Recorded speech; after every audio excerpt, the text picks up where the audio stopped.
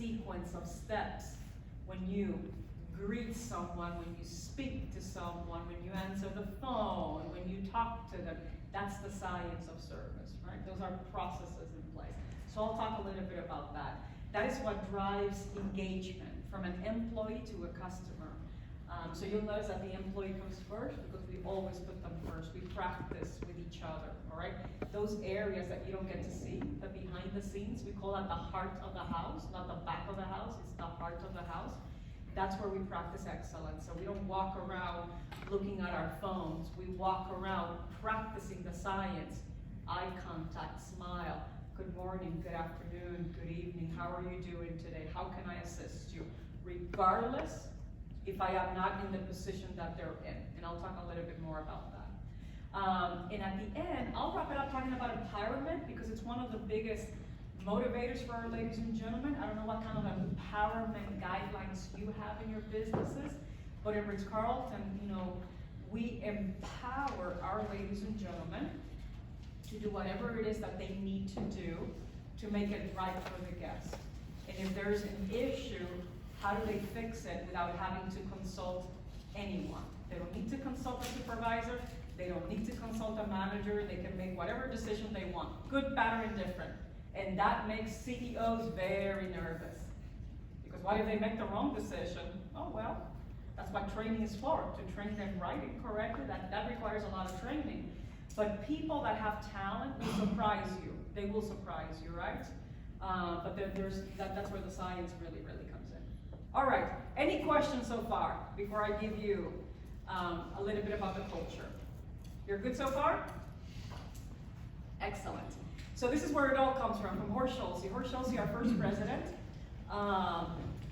great hotelier. He came in the 80s. You know, we had a big famous developer called William B. Johnson. And I don't know how many of you are familiarized with William B. Johnson. A lot of people don't know who he is, but one of the companies he owned was the Waffle House. You know the Waffle House?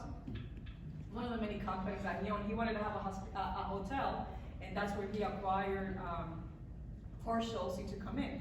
Horst Schulze came in with 2 gold standards, with the motto and the 3 steps of service. I'm going to show them to you very, very soon. But when he came in, you know, he wanted him to run the company very differently from everybody else. And one of the things that Horst Schulze used to say, he said, you know, we don't just acquire a building, a facility, and stamp the name Ritz-Carlton in front of it. We put the heart and soul in the form of people, all right?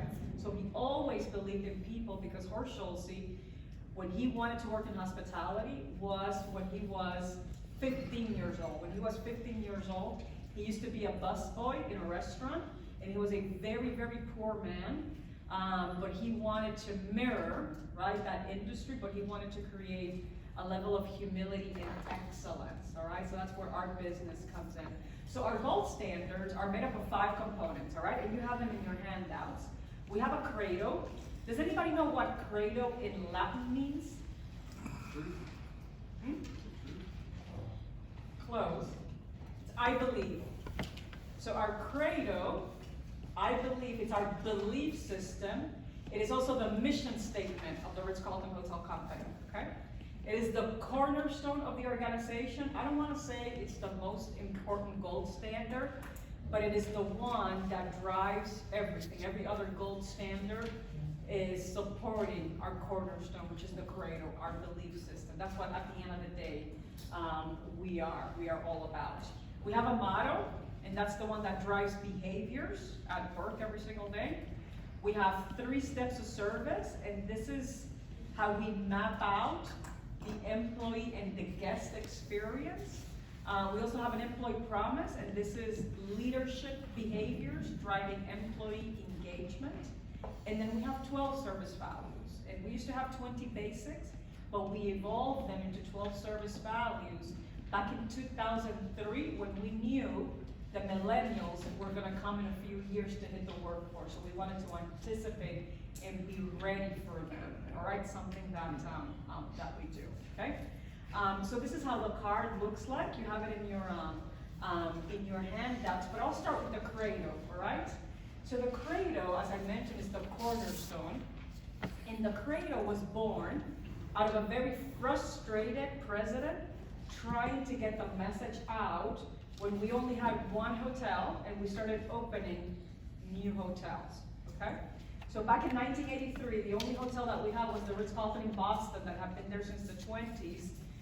The company was, bought, founded again, and then we started opening hotels in Atlanta, Laguna Niguel. By the fifth property, which was Naples here in Florida, Horst Schulze was very, very frustrated because he would stand up in front of the crowds, in front of the masses, and he would talk to people about service, about the elegance of service, about being the best, about building strong relationships.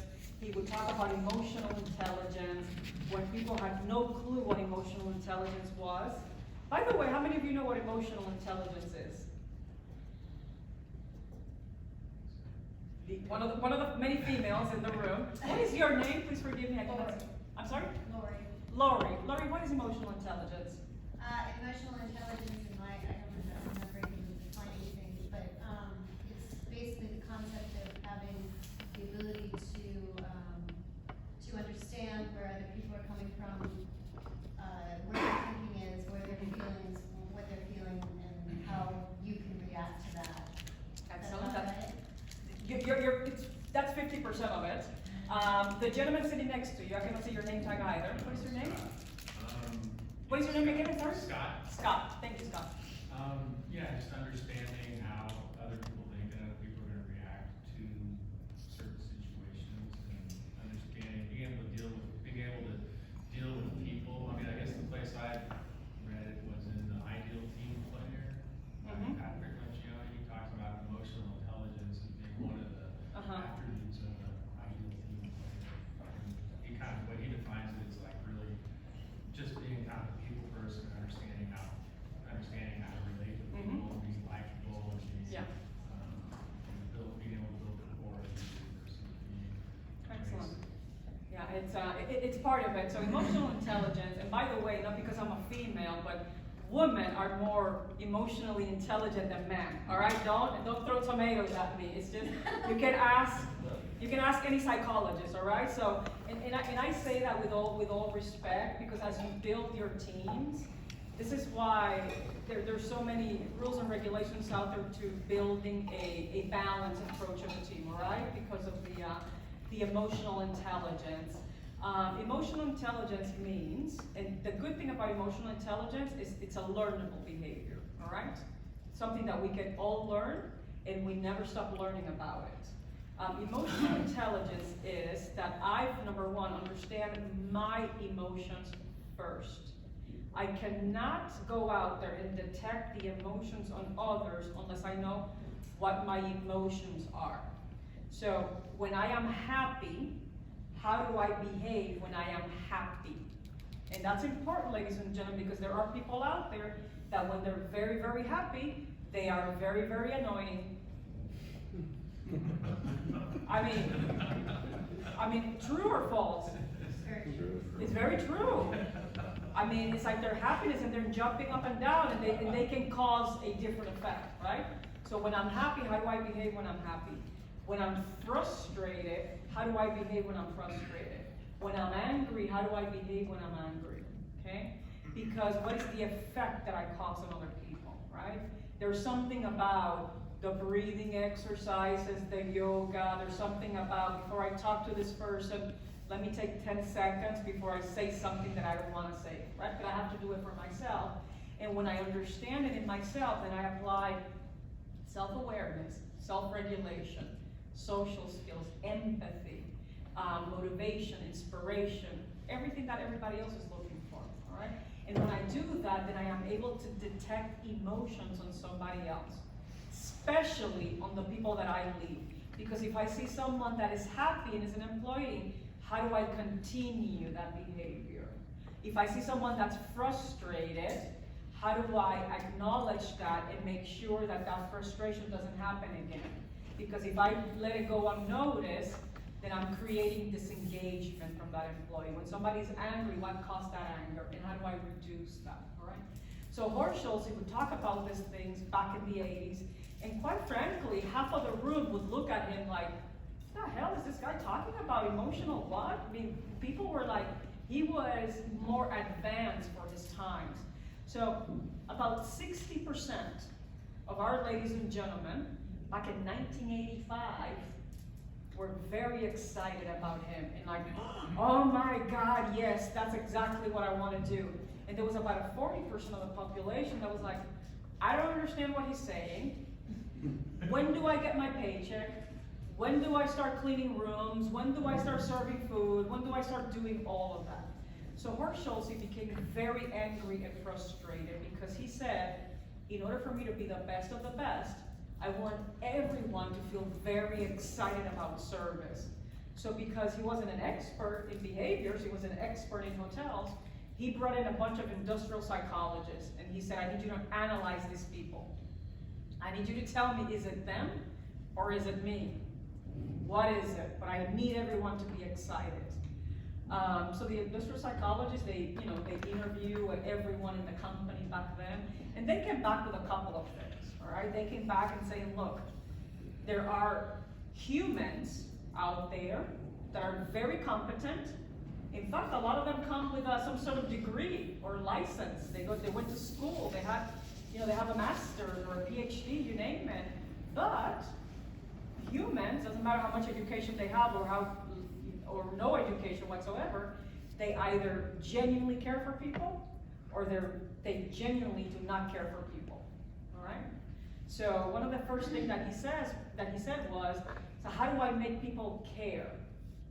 So let me ask you this, can you make people care? No. Why not? Yeah. Say what? Free will. What does free will mean? Why would you want to define free will care? But here's where emotional intelligence comes in, because sometimes, I mean, I've met CEOs that are like, can I just fire everyone and rehire everyone? No, probably you have 80% of your population that cares. You've never given them an opportunity to express their frustration, right? So you gotta be careful, right? But making somebody care. Why is it that you cannot make somebody care? Yes. Well, And what is your name? I'm so sorry, I cannot see your name tag. my name's Chris. I was actually Chris. thinking that I don't know that a dog jumps through a hoop or a child learns to ride a bicycle in a moment. It's by giving positive reinforcement of moments of action that brings them to a new state of awareness. And then as people, we like to celebrate. So the more that we celebrate the good things, you lead a dog to jump over something or a child to ride through a bike. But it can be a process. It can be a process if it's a talented individual, right? Because here's the reality that if it's not innate in you, doesn't matter how much recognition you give them, doesn't matter how much training you give them or positive reinforcement, they ultimately don't care. I differ, even though you're the high-paid professional. Oh, I'm telling you what the psychology experts, because we work with industrial psychologists, and so this is where the emotional intelligence comes in with what Steve was saying. There are people that do have them in them, and sometimes we look at them and say, oh, here comes negative Nelly all the time, right? But they're negative because they're being frustrated about something, they do have it in them. But there are people, human beings, that they just don't care. They're very competent. They're very competent, but they don't genuinely care about other human beings. No, I agree. There's different spirits in each of us, but I do believe that sometimes a prejudged, there was a guy named Paul of Tarsus who, until he walked down the Damascus Road, was killing Christians, and then a moment his perspective changed. Isn't there an old saying, people don't care until they know how much you care? Something along those lines. True. It's true, but there are human beings out there that... No, I agree that there's evil and that... I'm not saying evil, I'm saying it's evil. that they don't... But I am saying it's evil. So we are in the business of caring for people.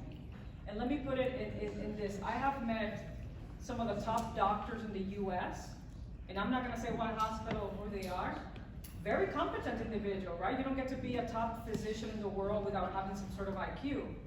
But when it comes to people, they don't care about people. They're just doing it because of the science, so they're very competent. But people, they could care less about as an individual.